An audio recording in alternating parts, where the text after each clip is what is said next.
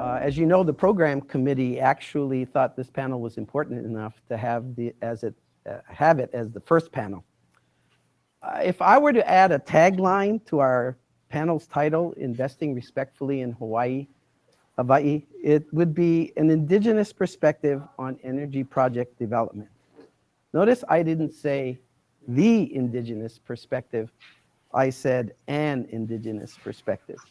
Our conversation today will be one of numerous conversations happening throughout the world within First Nations themselves and with First Nations and others about the importance of our cultural knowledge and values in discussions of such things as the legal system and systems of governance, i.e. sovereignty, the economy, and for our purposes today, energy project development. This discussion will be a three-legged stool. First, how cultural knowledge informs the work of each of our panelists. Second, what challenges they see in the current project development environment based on that knowledge. Finally, what practical advice would they give others to implement the lessons they have learned, especially do's and don'ts?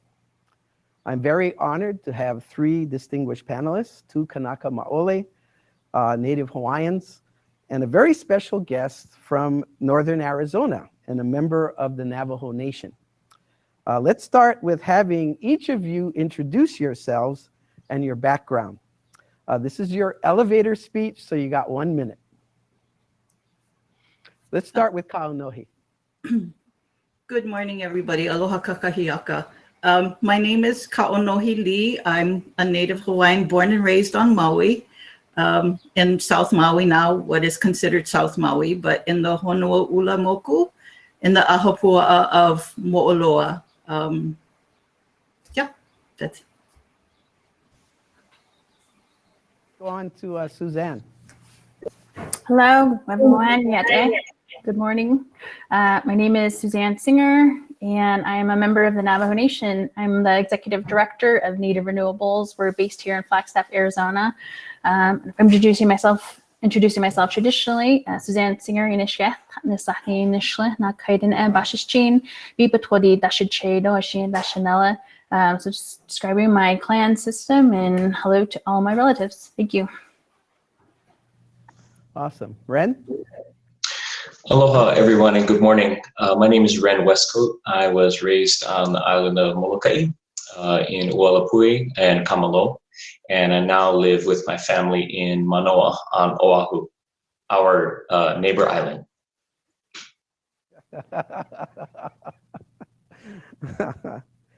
So now that you've introduced yourselves, I'd like you to talk a little bit about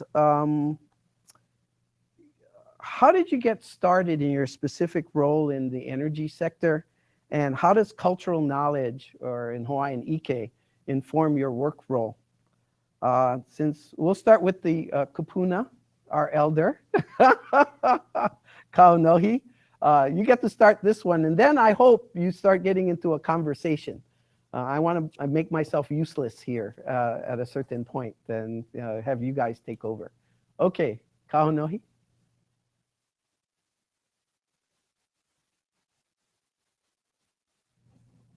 You're on mute, Kaʻonohi. Okay. Aloha.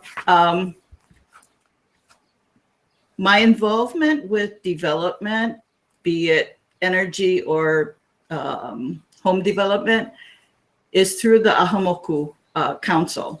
So I'm the leader, Poʻo, of the ʻAha Moku of Honuaʻula, which is the Moku in South, is a Moku in South Maui.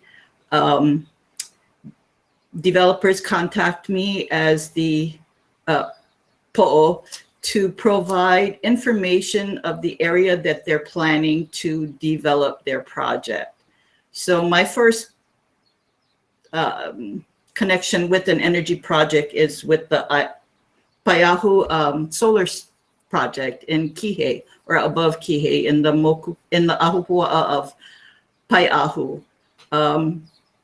So that is, to me, the foundation for any type of project that happens here in Hawaii, that the developer knows the lay of the land, and any cultural impacts it might impacts to the environment as well as to cultural and Native Hawaiian resources. So that's how I got involved with the energy part of it. And the earlier the developer contacts or consults with those that have knowledge of the area. And to me, that's the important part. Getting information from those that know the area or are from the area that can provide historical knowledge based on generational knowledge in the area. So, and with the ʻAha Moku system, it's a method of managing the land from Mauka to Makai, which is from uplands to the ocean. Because what happens, Mauka affects the ocean. So it's very important that the developers understand how land was managed back in Kawakahiko or in the ancient times. And that's basically how I got involved as one of the first to be consulted on the development, and then would spread out to, I would, introduce the developer to other knowledgeable people that would have information to share on that development part. So yeah, I can't think of anything else. That's it. Can I ask you just a real quick question before we move on? Can you describe the relationship between the Moku and the ʻAupua'a? Just kind of define that for us. Okay, so each island was developed into land districts. So Maui has 12 moku, and each moku has smaller land divisions, which were named by the Native Hawaiians as ahupua'a. So, and these ahupua'a and moku go from Mauka to Makai, which is uplands to the ocean. Yeah, that's it. Okay, thank you very much. Just a reminder, as Doug did, people can start asking questions now to get ready for when we get to the question and answer period. So I'm going to move on to Suzanne. If you could tell us a little bit about your work role and how you got involved in what you're doing right now and how cultural knowledge affects your work. Yeah, so I am a mechanical engineer by training. I've probably been in energy research or at some level for over 10 years now. So I started off doing very small scale impacts and intensive research when I was in graduate school. After that, I moved on to national labs doing higher level energy research. So if you're familiar with energy flow diagrams or looking at what energy consumption and efficiencies in different sectors are, that's something that I was able to look at while I was working at a national lab. So when I was there, well, actually, before I back up a little bit, so I also spent a summer, a little over a year and a few summers with the Tribal Energy Program, which was at the time under Sandia National Labs. And with that program, I sort of traveled to different communities around the Southwest, learning how they were developing energy and what innovative ways they were exploring. So fast forward to 2016, I ran into the other co-founder of mine. Her name's Wahala Johns, and fortunately, she's the head of Office of Indian Energy, which is really exciting. But we had a conversation. We met at energy conference, and for years we were like, why is energy access still an issue? So within the Navajo and Hopi nations, so with Navajo, it's about 27,000 square miles of land. There's still 15,000 roughly people who don't have access to grid tied electricity. And so, she was just like, let's just start an organization and try to look at this, figure this out. So that was 2016, 2019, we moved to Flagstaff and started working on these issues. And what's been really exciting is we're growing. I think in these past few years as a team, we're focusing on off-grid residential solar for those families who need it, currently rely on kerosene and generators and propane lamps to get their power and have to travel quite far for it a lot of times. And I'll say a little bit more background is, there's a lot of water infrastructure there's missing, there's food deserts that are missing, internet access, cell phone, you name it. So working within the context of that has been really challenging. But I think what's valuable about our team is we're from the communities that we're working. We have both Navajo and Hopi fluent speakers that can speak to some of the elders that are in our communities. Some of the cultural takings or knowledge that we try to incorporate is stories around the sun, and Wahela and her family was very much integrated in that. We tried to make coloring books and thinking about how we utilize the sun in our daily lives, even if you don't have solar, so you can think about how that transitions into with technology and trying to incorporate the two and make it more progressive in a way and not something to be so intimidated by or afraid of. And so I think as we continue doing this and even thinking about what's the language translation for how do you describe an electron in a cultural traditional language? So trying to be creative about explaining these things and utilizing concepts that we're already familiar with in a traditional sense to improve education. That's probably one of the biggest cultural elements that we bring into our work. Thanks. Well, thank you very much. Wren? Thank you. So my work is as a director of development for Longroad Energy in Hawaii. And what we do is we look to develop and build utility scale, so large renewable energy projects, either wind or solar. And since 2004, we built under the name First Wind, or previous to that it was UPC Wind. Same group of folks, but have had a few names. The first project was Kahiawa Wind on Maui, which started in 2004 and came online in 2006. And since then, we have developed 7 of the utility scale renewable projects on Oahu and Maui. And being the local representative for a company from the continent, it's important for me to help them understand that we need to approach the development of our projects and looking for sites and talking with folks from the context of understanding a few things, like who is our host community in Hawaii, our host culture, and the surrounding community around a project.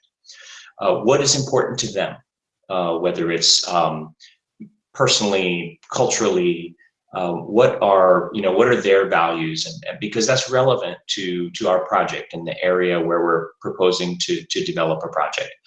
And then what is our place? What is our project's place in that landscape? And those, I believe that for us to develop successful projects, and my role is really from identifying, finding sites that have, potentially good energy resources, renewable energy resources, taking it through the discussions with the utility, the landowners, the community, the government agencies, until the point where my role, when we finance a project, we raise the money to, go out and build the project. That's most of my roles. That's what we call development, the development phase. I think a successful project here in Hawaii, it doesn't just create clean energy. It needs to respect and even reflect the values of that surrounding community.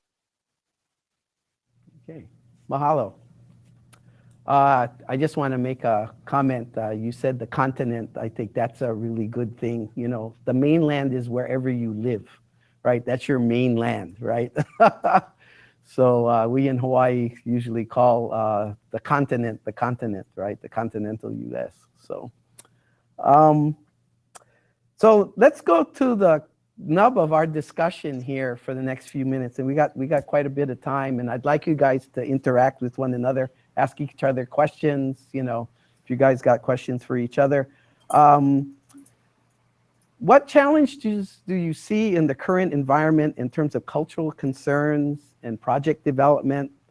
And then we can move into some practical do's and don'ts, on how to implement those lessons that you've learned through your experience. So I'm not gonna even assign anybody to start. Just start, and then you guys, wala'au, as we say, have a conversation among yourselves, right? Okay, and I'll listen in, and so will everyone else. Go for it. Okay, before we hit that topic, I wanted to ask Wren a question. When you approach the developers and explain to them about how would they approach the host culture, what are their responses usually, and how do they react to you when you put that out to them? Okay, good question. Yeah, I think it is, most of the folks I have worked with at Longroad and at other companies, they are interested to learn where they're going. These are, I think the folks in the renewable energy industry, they're kind of do-gooders. They want to try to improve the world. They want to try to combat climate change. They see themselves as, I think in general, trying to develop in a responsible way. So when we bring this cultural facet to, when I talk to them about this important aspect of culture, it's not a hard sell. I think most of them really do get it. They may need to learn, but they understand that that's important to do for the success of the project. Not just to, kind of like, break ground, start construction, and cash the check. They really do want to build a project that the community is going to be supportive of. So it's not a hard question, but it does take patience. You have to listen. You have to ask questions, and then you have to listen to what people tell you, and be willing to change your project. That sometimes those are a little bit more difficult conversations, but that's essential. A lot of times we say, community outreach, and it sort of sounds like the developer is just talking to people and telling them about the project, but in reality, it has to be a two-way conversation. It has to be learning on both sides. And we have had working on a project in Maui where the local community, both from the cultural and from the views point of view, like folks living in Kula and cultural practitioners in the area, they schooled us pretty quickly on things that we would need to pay attention to. And so we had to make changes to the project, and cost money. I mean, yeah, sometimes that costs money, sometimes it doesn't, sometimes it does, but that's important. It's just essential that has to be a two-way conversation, and you have to be sincere, and that's how you build trust. And I think that, building trust is a really important part of the understanding, right? You have to build trust in order for the conversation to be sincere and pono. Mai polole. Mahalo. Suzanne, I had a question for you. This is talk about learning. So I don't know much about the challenges you face. In terms of education, what are your challenges as you think about teaching your communities, your Navajo community about renewable energy? What are their what preconceived notions do they come into, or what in part of your education do folks respond to? So one of the first things that I think comes to mind is sometimes we'll go in, so there's a history of philanthropic people want to do good, come in, they'll do projects, they leave and never come back.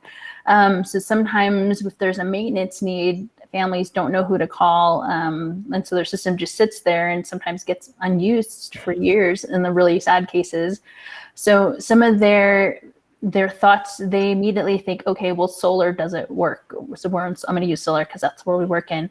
So part of our education is going back in and trying to figure out what went wrong, why it didn't work, but really trying to convince them, yes, solar works, but it works in these circumstances or in these limitations. Like you can't just go out and buy, washer dryer for things that only power lights for your house or just for a TV or something, because the energy loads are very different.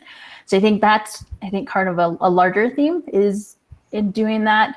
On a utility kind of scale, I think some people, they want to know, like visual learners, they want to see images of, okay, if you're going to do, let's say, I'm going to pick a megawatt project, how much land is that going to take? Like we're very land-based people. And so they want to know impacts. The other thing I think I've noticed is the difference between like solar PV and solar thermal. And so those are all they're making assumptions about one technology when they're all very different things. So I think trying to get kind of just a baseline understanding of one technology is where we're focused on. And, I know there's a lot of other things we could be talking about. Like if you have mirrors, that's one technology. But I think we're trying to be more visual in what we're showing, bring lots of pictures or like videos and things like that so people can conceptualize it is really helpful. And if I think of more later, I'll answer again later, but that's the first thing that comes to mind. But I have also more questions for you guys. When you were talking about working in communities and their values are important, I feel like that's a fairly new concept for me. I mean, I know we have the people describing them. It's like, how do you figure out your values? So I'm kind of curious, when you approach communities, do they immediately understand that question, or how do they get there if they don't have their values defined?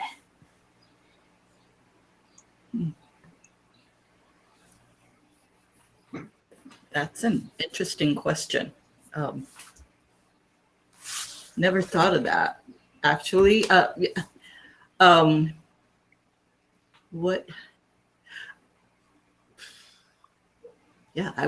don't know how to answer that question because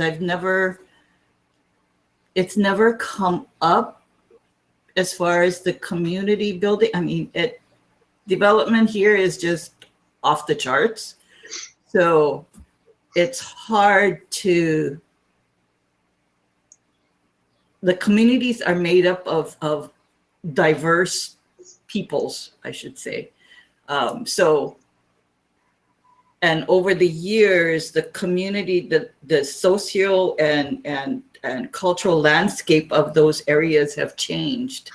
So I think,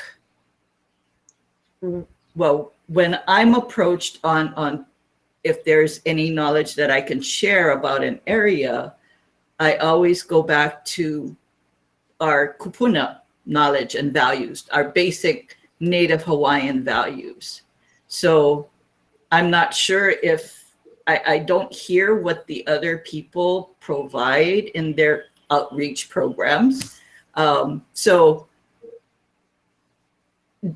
that's basically how I approach it. So I don't know how the developer or what Wren does helps that in any way. Yeah, that's a really good question, because we do sometimes, I think we come in with assumptions or it's just natural, right? You think you might understand about, a community or an area or people, and you might come in with some preconceived assumptions. I think the only way is to ask and to sort of, sublimate your initial, assumptions and really ask people what is important to them. What are they? Okay, this is what we're thinking about building, and here, what are the mo'olelo, or the stories of that area, going back? Who are the people that live there, the lineal descendants that have a family connection to that area? These are things that are, that may be, important, traditional Hawaiian knowledge that's important.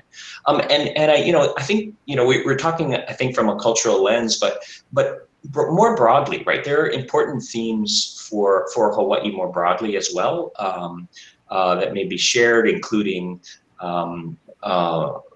agriculture or education or respect for cultural resources and archaeological resources. So many of these values aren't just important to Native Hawaiians.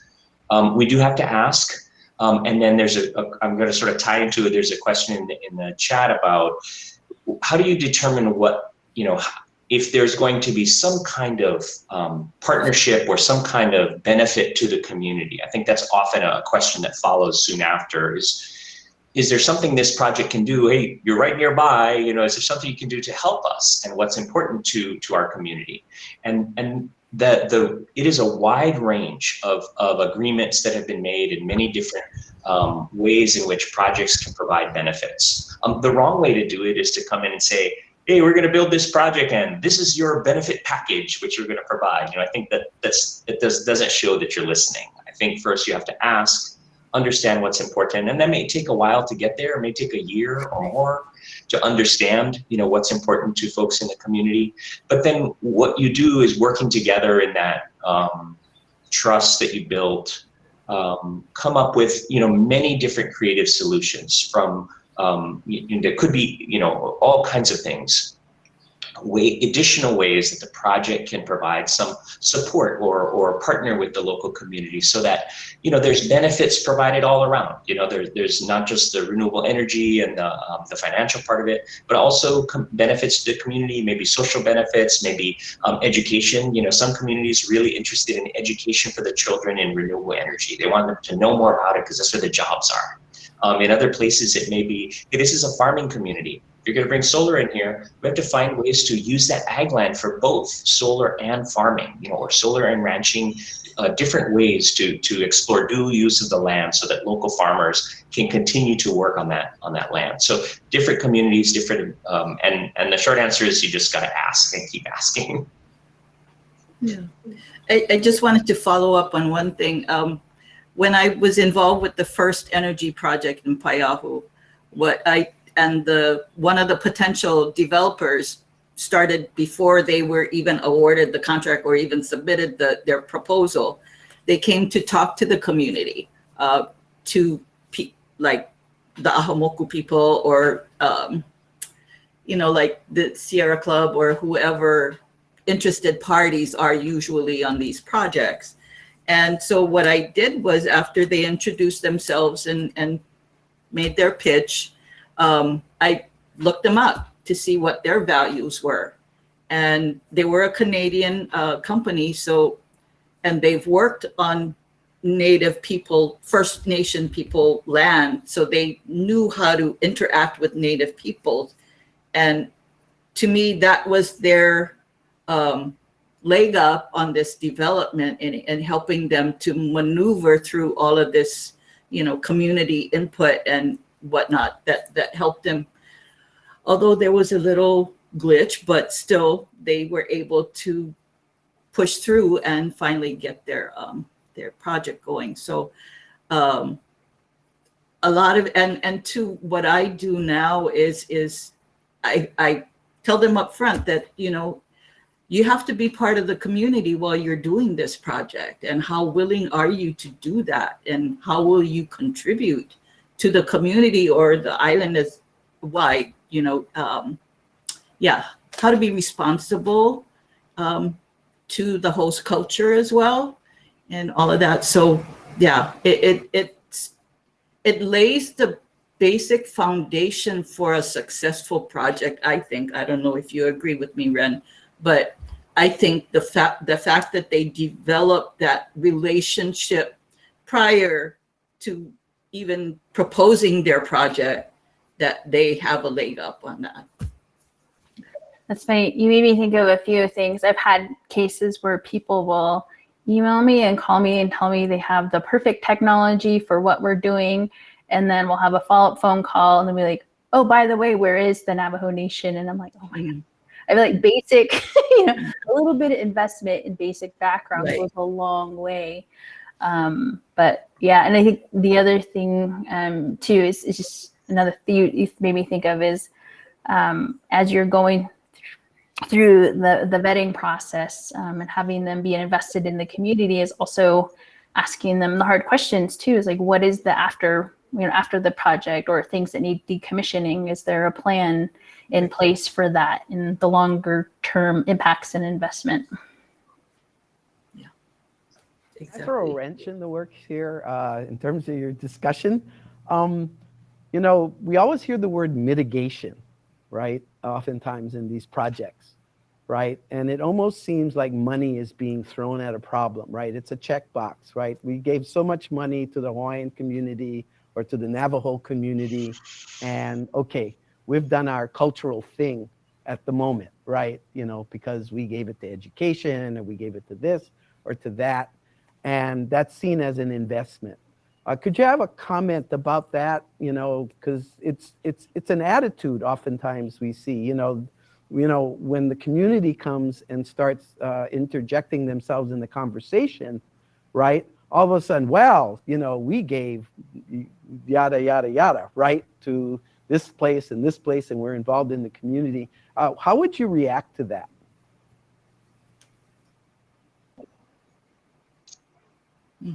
I think it is, it's kind of easy if you boil it down to think about it as, you know, the skeptical view is, oh, that's just a payoff, right? It's like, oh, you just throw money at the problem because, you know, people are complaining.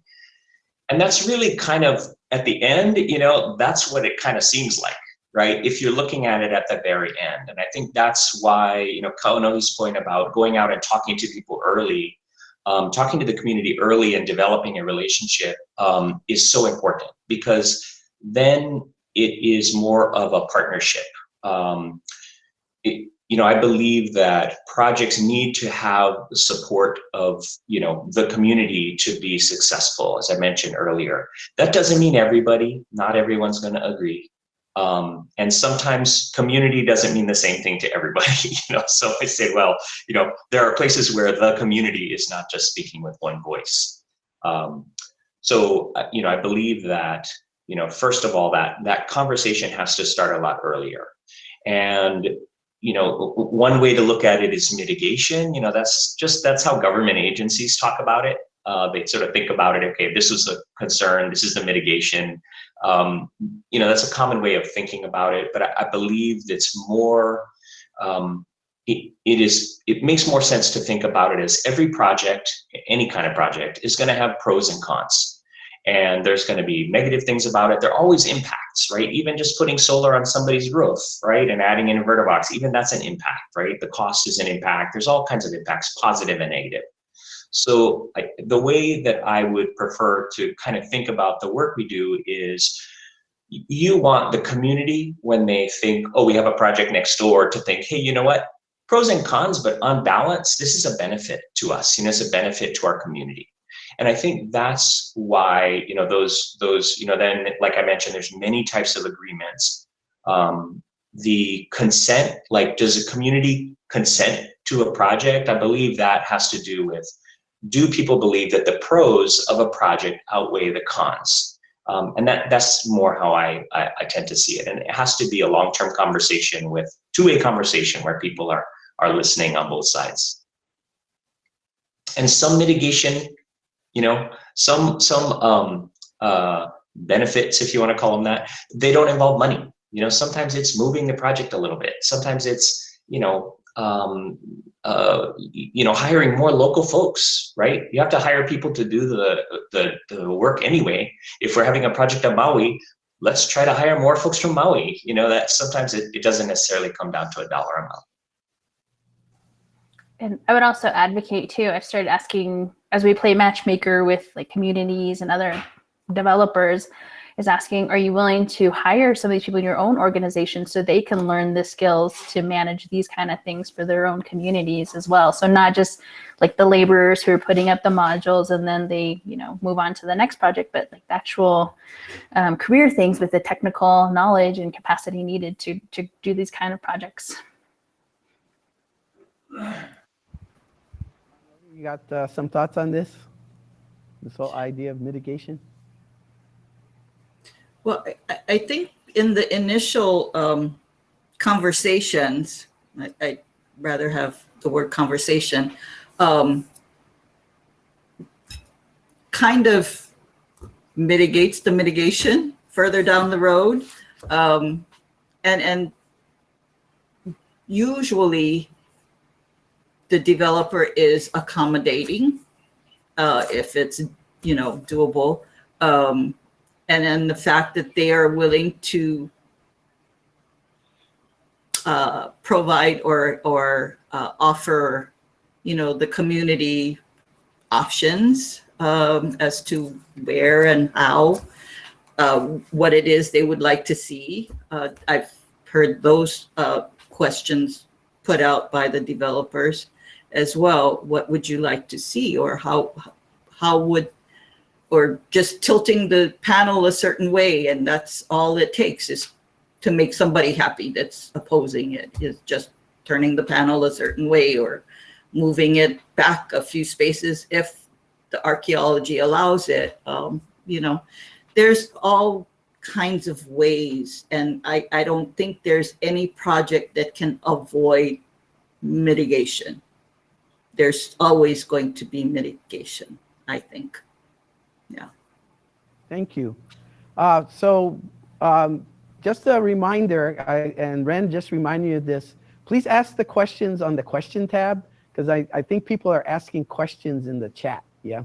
So Wren picked that up. So thank you, Wren, for picking that up and for answering that person's question. I do have one question here, and this is your perspective on this. Do you think, just from what you've heard today in your conversation, are there stark differences in energy structure between the Hawaiian Islands and the continental U.S. reservations as a result of cultural / availability?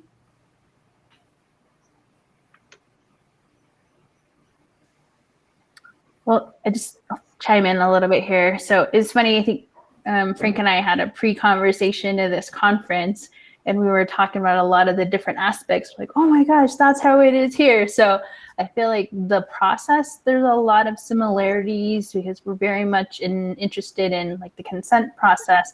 We'll have very strong cultural knowledge and ties to community and the land that we're in. So a lot of that overlaps. And of course, there's always politics, like there's another layer of tribal government and, or community governance where you're in. So that all, I think there's a lot of correlation between the two, and the being patient, because there's every entity. So within tribes, there's sovereign nations. So they all have their own processes and ways of doing things. So it's not like we're not all the same too, is the other thing. On the flip side, to recognize, like we have our own judicial legislation system that we have to go through. And sometimes it can be painful for developers. Like they don't, they're operating, their mind is set to operate a very specific way. And when they try to work with tribal indigenous communities, because of the time scale increases, they can get frustrated and leave. So I think that patience that Wren mentioned earlier is really, really critical. But yeah, it was really interesting, that pre-talk, and so many overlaps and how things are working, That happens to you too? Yeah. We got 2 minutes, but Doug has a question. Oh, I saw there was a great question that was asked about planning a project from the inception with the community rather than, talking to the community after the project's already been planned. I think this is a really exciting, kind of different way of approaching development that I haven't been involved in, with my Longroad projects, but I really would like to. I think it's just a really a different way to approach it, where the community, is really a stakeholder from the beginning. We try to talk with folks as early as possible, but this is kind of a different approach that I think as we go forward, especially in Hawaii, we're really going to have to do that more and more. I think we're going to have to work with communities from the very beginning and almost co-design a project. That'll be a long process. It's really similar. I just wanted to ask all of you, how do you get the skills to evaluate these projects? They're coming in, there are a lot of technical issues. Has it been School of Hard Knocks? Are there resources for you all? How do you evaluate the technologies and learn what the technical issues are? Well, I rely on mechanical engineers like Suzanne. Well, I think that's important on the workforce development side. We need to be started developing the expertise within our communities, the mechanical engineers and the scientists and the archaeologists. And, you know, that's what, for me, a part of self-determination is. It's a very expansive idea here, that part of that is being at the center of these discussions and having the skills to be able to look at these projects from our perspective, but having those skills, right? So I want to thank all of you. I think we're going to have to wrap up. I just got the wave here from our great team. So I want to thank you, Kaʻonohi. I want to thank you, Suzanne, and I want to thank you, Wren, for a really great discussion. I hope people have learned from this discussion. We're moving forward now to break, I think, but this gives you an opportunity to go to the exhibit halls, to interact with one another and network. But I just want to thank you all for just a great conversation today. Mahalo nui and a hui ho. Mahalo. Mahalo.